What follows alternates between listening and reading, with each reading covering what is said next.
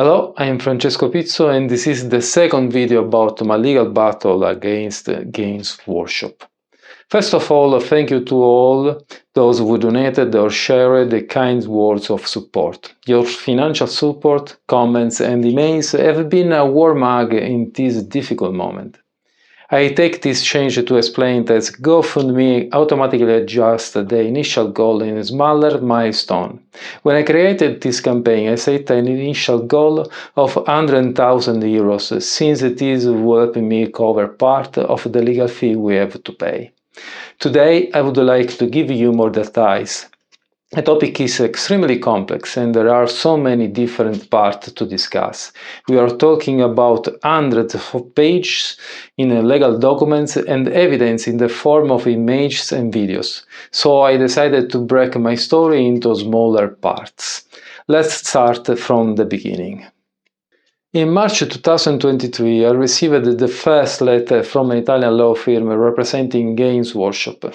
In this letter, they claiming that we legally used the protected trademarks by using tags. We infringed the copyright on their models. We practiced unfair competition. They asked to remove at least 400 models allegedly violating their copyright, more than half of our catalogue at the time, without even providing a full list of such models, nor a corresponding list of Games Workshop models, nor an explanation of how any of our models were infringing the copyright. To remove all tags related to protected trademarks. To disclose sensitive data such as revenue, supplies, cost, collaborators, commercial partners. To pay €2,500 as a legal cost refund. I was given 7 days to reply or they would take me to court. Because they didn't bother to explain how we were infringing their copyright and on which particular model, I decided to contact an experienced law firm in IP rights. We replied raising doubts about Games Workshop ownership of copyrights on the miniatures, as well as about the subsistence of the requisite for the claiming copyright protection. Novelty, originality, creativity. We will discuss this topic in detail in the next videos. For now, we point your attention on an obvious example.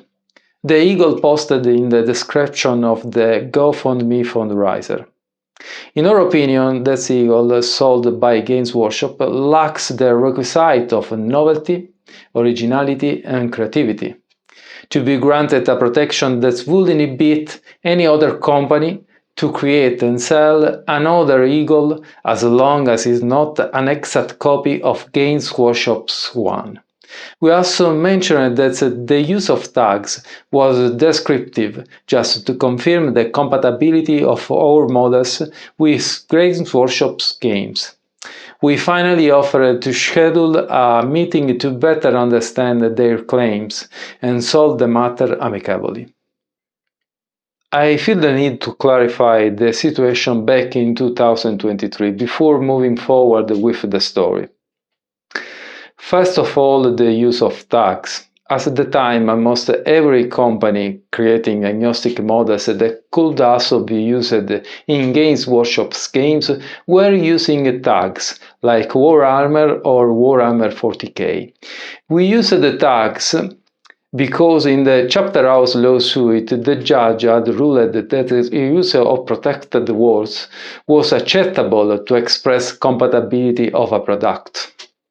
This is a similar principle of buying third-party parts compatible with a Ford or a Mercedes.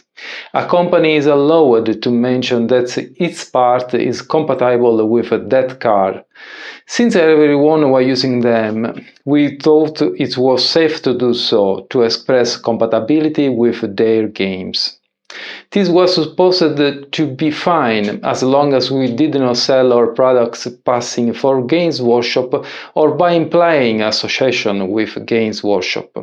Not that we never used their logos anywhere on our page or ads. We always took great care to use a graphic in our ads that were totally different from Games Workshop ads or products, always showing only our logo in all photos and videos.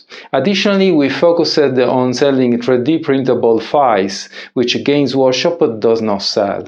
In other words, we were sure that no one could mistake a Gamac model for a Games Workshop model. However, in an attempt to de-escalate the situation, we immediately stopped using tags such as Warhammer or 40k on new listings, while waiting for the reply to remove the pre-existing tags. After our reply, Gamac continued to create models without using such tags, and we started to release army books for our models compatible with the one-page rules games, while waiting for a reply. These days, some people commented, "Why didn't you remove the contested models immediately?" Simple. First of all, we had no list. Games Workshop did not tell us which models they wanted us to remove. They just mentioned they were at least 400 models, but pointed a few examples only. And even if we tried to look at which models could have been modified, we had no way to know how far we had to change them to be different enough for them. Despite their initial 7 days deadline, we did not hear from Games Workshop for another full year.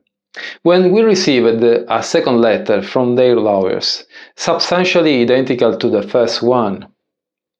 Again, Games Workshop claimed the illegal use of marks and unfair competition and demand the disclosure of sensitive data. However, this time they asked 10,000 euros of legal cost.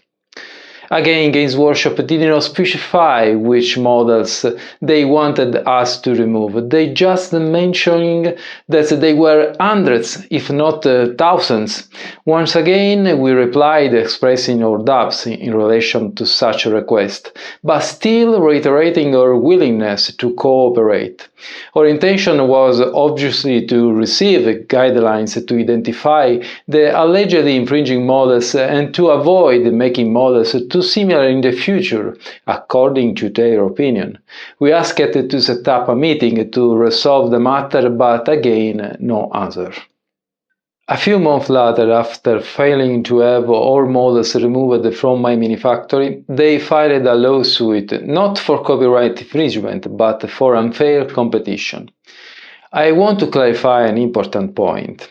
Infringement of intellectual property rights, trademarks, patents, copyright on the one hand, and unfair competition under the Article 2598 of the Italian Civil Code on the other are two discrete and distinct concepts. Games Workshop is arguing Article 2598 only.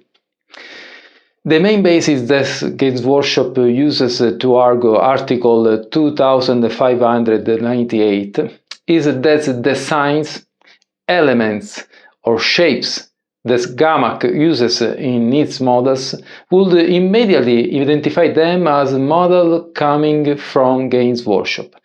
Gamac disputes this. Our point being that Games Workshop is not able to demonstrate the distinctiveness of their models, as the signs, elements, shapes present in Gamac models draw from imaginary universe over which Games Workshop has no exclusive rights. Games Workshop would also have to demonstrate that Gamac models are at risk of being confused with those of Games Workshop or of being perceived as coming from Games Workshop. Gamac also disputes this. I wrap up this video here. In the next ones I share more details and explain why I believe this case is crucial, not just for Gamac but for the entire miniatures industry.